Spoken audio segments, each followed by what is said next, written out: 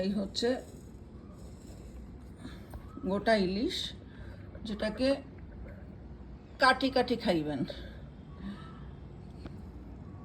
কাটা নরম হয়ে যায়, এর এতক্ষণ ধরে রান্না হয়, মোটামুটি ঘন্টা তিনেক স্লো কুক। আর আমি কোনো মশলা দিইনি, লঙ্কা, হলুদ, ধনে, জিরে, আদা, রসুন, কিচ্ছু না, জাস্ট নাথিং। একটুখানি ভিনিগারে এটা জারানো হয়েছে, আর তার সঙ্গে হ্যাঁ, পেঁয়াজ দিয়েছি। পেঁয়াজ শুনলেই, ইলিশে পেঁয়াজ শুনলেই অনেকের একটুখানি রাগ হয়, কিন্তু কিছু করার নেই। এটা তো বাঙালি রান্না নয়, তো এটা যেখানকার রান্না, যাদের রান্না তারা পেঁয়াজটা দেন।